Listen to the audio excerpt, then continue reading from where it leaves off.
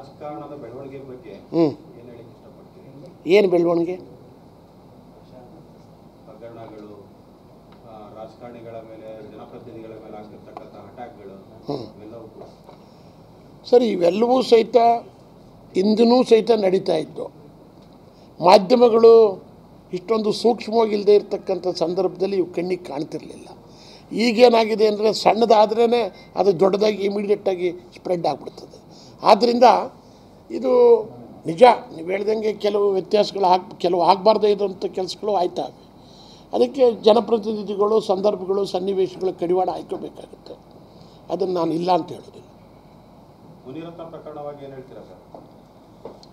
ಮುನಿರತ್ನ ಪ್ರಕರಣದಲ್ಲಿ ಈಗಾಗಲೇ ನಮ್ಮ ಹಿರಿಯ ನಾಯಕರುಗಳು ಸ್ಪಷ್ಟ ಮಾಡಿದ್ದಾರೆ. ನೆನ್ನೆ ಡಿ ಕೆ ಸುರೇಶ್ರವರು ಸ್ಪಷ್ಟ ಮಾಡಿದ್ದಾರೆ. ಇವರು ಮುನಿರತ್ನ ಅವರು ನಾನು ಮೊನ್ನೆ ನೋಡಿದೆ, ಆ ಮೊಟ್ಟೆ ಹೊಡೆದ್ರಲ್ಲ, ಮೊಟ್ಟೆ ಹೊಡೆದಿದ್ದು ನಾನು ಬರುವಾಗ ನೀವು ಟಿ ವಿಲಿ ತೋರಿಸಿದ್ದು ನೋಡ್ತಾ ಇದ್ದೀನಿ. ಅದು ಹೆಂಗೆ ಅಷ್ಟು ಚಂದೊಳಗೆ ಮುನಿರತ್ನ ತಲೆಗೆ ಹೋಗಿ ಹೊಡೆಯೋಕ್ಕಾಗುತ್ತೆ? ದೊಡ್ಡ ಒಂದು 50-60 ಜನ ಬರ್ತಾಯಿದ್ರು ಅಲ್ಲಿ. ಮುನಿರತ್ನವ್ರ ತಲೆಗೆ ಹೊಡಿತು ಹಾಳದ ಮೊಟ್ಟೆ. ಅದು ಎಷ್ಟು ಗುರಿ ಇಟ್ಟು ಹೊಡೆದ್ರು ನನಗೆ ಗೊತ್ತಾಗಲ್ಲ. ಅವ್ರಿಗೆ ಹಂಗಾರೆ ಹೊಡೆದು ಪುಣ್ಯಾತ್ಮನಿಗೆ ಗುರಿ ಎಷ್ಟರ ಮಟ್ಟಿಗಿತ್ತು ಅಂತ ಲೆಕ್ಕ ಹಾಕೋಬೇಕು. ಈಗ ಅದಕ್ಕೆ ಪೊಲೀಸ್ ತನಿಖೆ ನಡೀತಾ ಇದೆ. ಇವರು ಕೇಸ್ ಕೊಟ್ಟಿದ್ದಾರೆ, ಅವರು ಕೇಸ್ ಕೊಟ್ಟಿದ್ದಾರೆ. ಮುನಿರತ್ನ ಅವರು ಏನು, ನಾವು ಮುನಿರತ್ನ ಅವ್ರ ಬಗ್ಗೆ ಏನು ಹೇಳಬೇಕಾಗಿಲ್ಲ, ಒಳ್ಳೆ ಕಲಾವಿದರವರು. ಆದ್ದರಿಂದ ಈಗ ಆ ವಿಚಾರ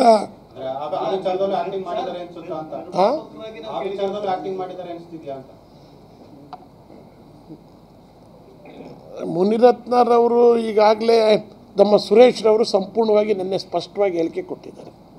ನಾನು ಅವ್ರು ಹೇಳಿಕೆ ಕೊಟ್ಟಿದ್ದನ್ನೇ ನಾನು ಸಹಿತ ಅನುಮೋದಿಸ್ತೀನಿ. ಈ ವಿಚಾರದಲ್ಲಿ ಹೆಚ್ಚು ಹೇಳೋದಕ್ಕಿಂತ ಅವ್ರಿಗೆ ನಮ್ಮ ಡಿ ಕೆ ಸುರೇಶ್ರವರು ಮಾಜಿ ಸಂಸದರು ಹೇಳಿರ್ತಕ್ಕಂಥದ್ದು ಯಾವುದು ಇರ್ಬೋದೇನೋ ಅಂತ ಅನ್ನಿಸ್ತದೆ ನನಗೆ. ಅಲ್ಲ, ನಾನು ನಿಜ, ನೀವು ನಂಬ್ತಿರಿಲ್ವ, ಮೊಟ್ಟೆ ಹೊಡೆದಾಗ ನಾನು ಬೆಂಗಳೂರಲ್ಲಿದ್ದೆ. ಮೊಟ್ಟೆ ಹೆಂಗೆ ಹೊಡಿತು ಅಂದರೆ, ಅಲ್ಲ ರೀ, ನಾನು ಇಲ್ಲಿಂದ ನಿಮ್ಗೊಂದು ಮೊಟ್ಟೆ ಹೊಡಿಯೋಕ್ಕಾಗಲ್ಲ ನಿಮ್ಮ ತಲೆಗೆ, ನಿಮ್ಮೆಲ್ಲರನ್ನೂ ಮೀರು ಆ ಕಡೆಗೆ ಬಿಟ್ಬಿಡುತ್ತೆ. ಅಷ್ಟು ದೂರದಿಂದ ಅವ್ನು ಹೆಂಗೆ ಹೊಡೆದ ಅಂತ.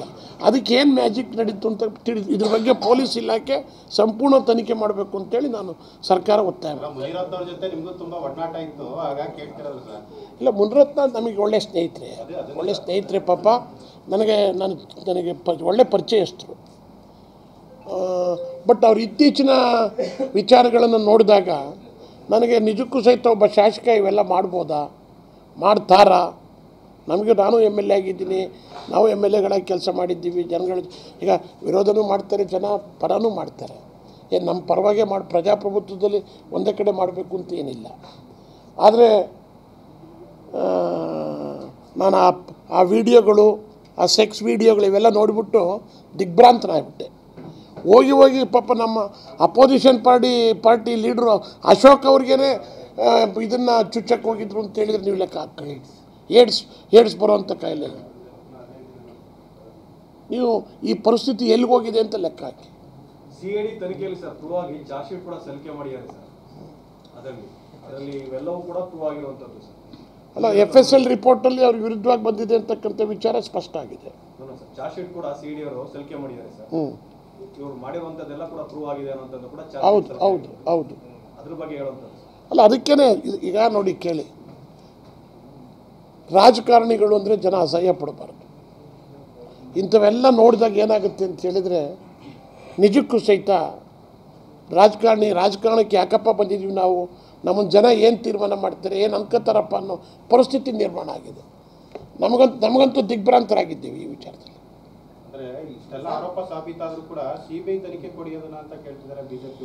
ಬಿಜೆಪಿಯವರು ನೋಡಿ ಕೇಳಿ, ಬಿಜೆಪಿಯವರು ಏನು ಆಗಬಾರ್ದು ಅದನ್ನೇ ಕೇಳೋದು. ಬಿಜೆಪಿಯವರು ಎಕ್ಸ್ಪರ್ಟ್ಸು.